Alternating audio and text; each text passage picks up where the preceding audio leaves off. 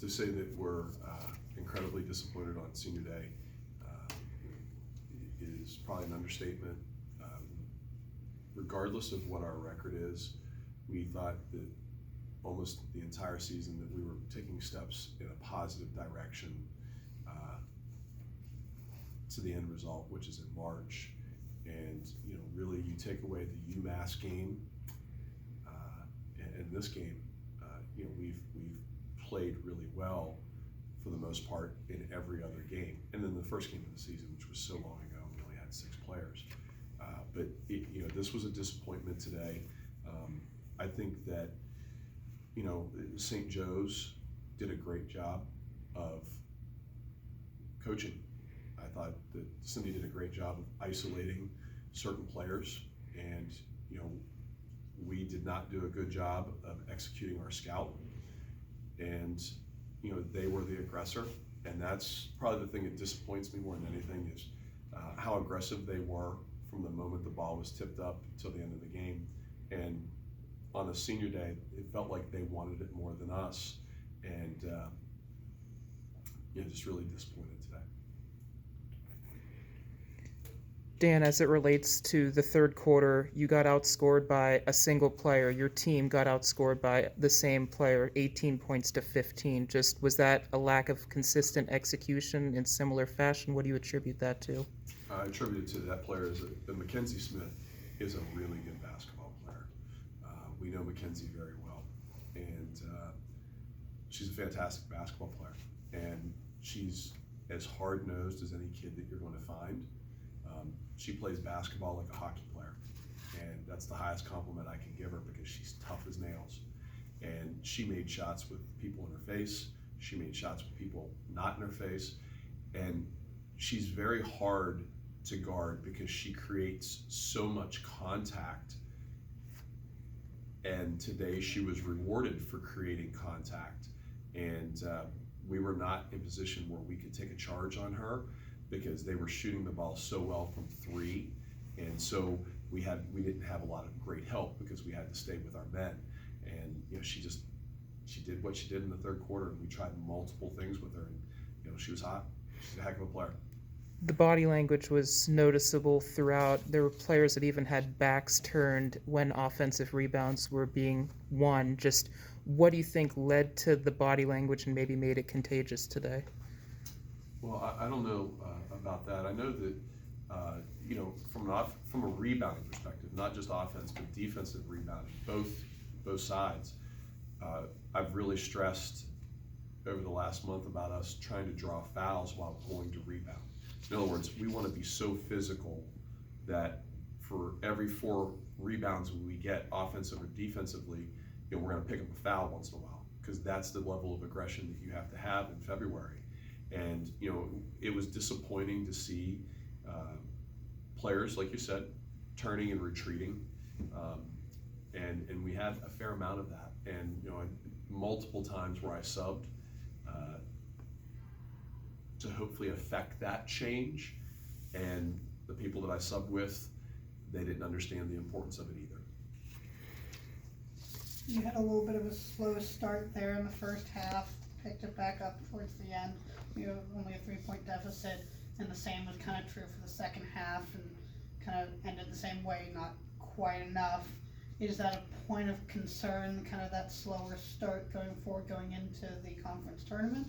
No, because the seniors that started won't be the lineup that we will have when we start, and that's not a slam at our seniors, but I wanted to make sure that we honored them and honored them correctly, because a lot of them have a lot of wins in this program. But our lineup will be different than what it has been over the last month also. What we will do when we get to the tournament, there'll be some changes, some tweaks and some changes to the lineup, what we do offensively and what we do defensively.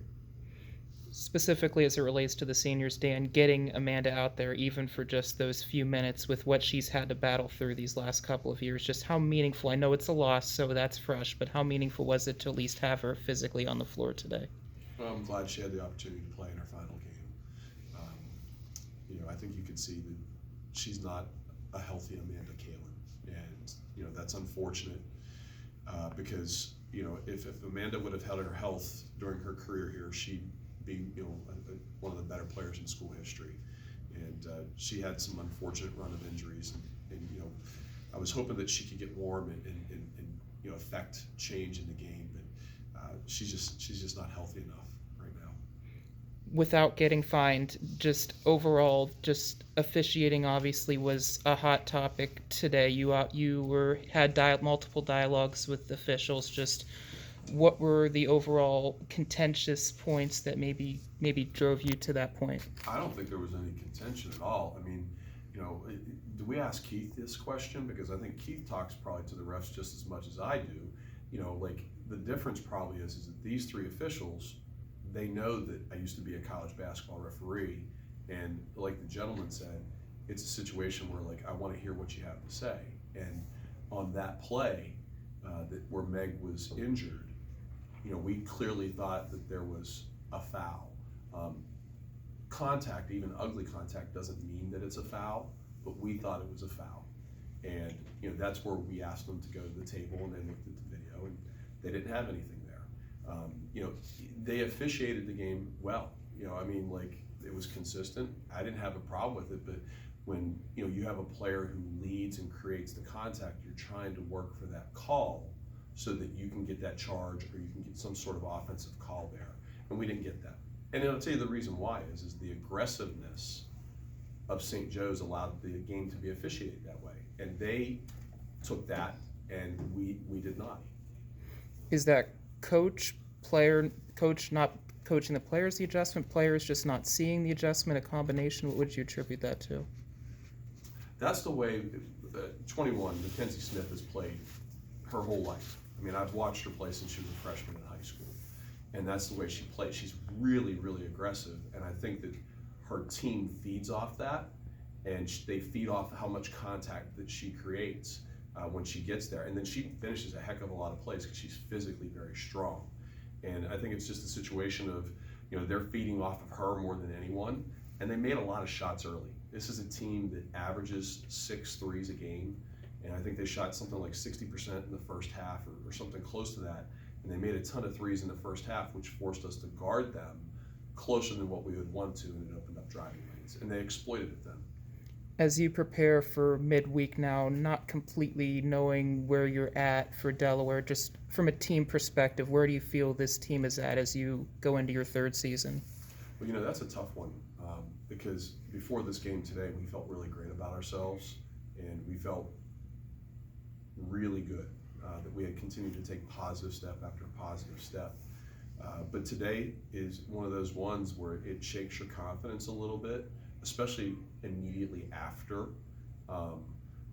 You know, I believe that we can win the Atlantic 10 championship. And I know there's a lot of people in that locker room who are going to play on Wednesday or Thursday that believe that also. But we won't do that, and we won't win a game in the tournament if we are not the aggressor from the tip. And that's not just on defense, that's on offense also. And so some of the tweaks that we'll make will allow us to be a little bit more aggressive offensively earlier in the shot clock. And then defensively, a little bit of it is frankly effort. And, you know, we'll have to get a little bit better there. Dan, between COVID, injuries, and not having a true home arena, what can you say about this senior class and what they've had to go through or gone through in the past few years to get here? It's been a lot. You know, we've kind of moved on from COVID. You know, we've been pretty healthy. We haven't had. I think we're one of the few teams in the Atlantic 10 to not finish their regular season with playing all 16 games. You know, we have an arena, so you know, we've kind of moved on from those things. I think that you know, you add the injuries into it, and it's been a lot. I mean, you know, you look at what Libby Bazelak has gone through, and Libby is just a warrior and an exceptional kid. But you know, her injuries have affected her, and you know, she's not exactly the same player physically as she was before the injury. but I mean, she's going to go down as one of the toughest kids and one of the better players that we've had. Libby's always been outstanding. Amanda, we've talked about. Laya has, been injured for 2 years, and we were hoping when they came back that we could get them healthy and they would be in health.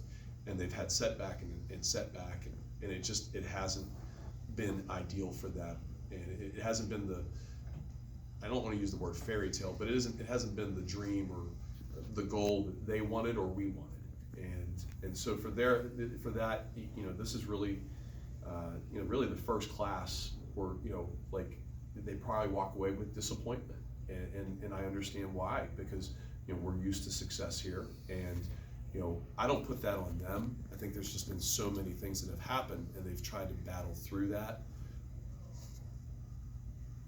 But, at the end of the day, you're measured on wins and losses, and we didn't do that this year. And, we can talk about injuries all we want and all the other things. At the end of the day, it comes down to wins and losses. Fatu was only with us a short time, 9 months. But Fatu has been someone who's been at times magnificent and has been a good player for us, and we've really enjoyed her. And then Hallie Bovell has, everyone pretty much knows about the injury situation there. She was not expected to play basketball ever again, and I felt like she's been a positive positive contributor this season with her defense, her maturity, and really knowing the offense and the defense well, and knowing the scout probably better than anyone. I don't want those guys to go out this way, and I'm obviously really disappointed with where we are from a record standpoint. But we have a week next week where some of that bad taste in our mouths that we have can be changed, and that's what March Madness is. And so the disappointment of today and the little bit of lack of confidence, a shot at our confidence, and it will be there, but hopefully that we'll be able to work through that on Monday and Tuesday and Wednesday, and on Thursday we'll be the aggressor on both ends of the floor. And one thing about young kids, they're resilient. And so if we can put a good first game together, they're not going to remember this game. They're going to remember what they did 30 minutes prior, and we get that first one. But that first one, again, is us being aggressive on offense and defense from the tip. Thanks, Scott. Thank you for supporting women's basketball. I appreciate you.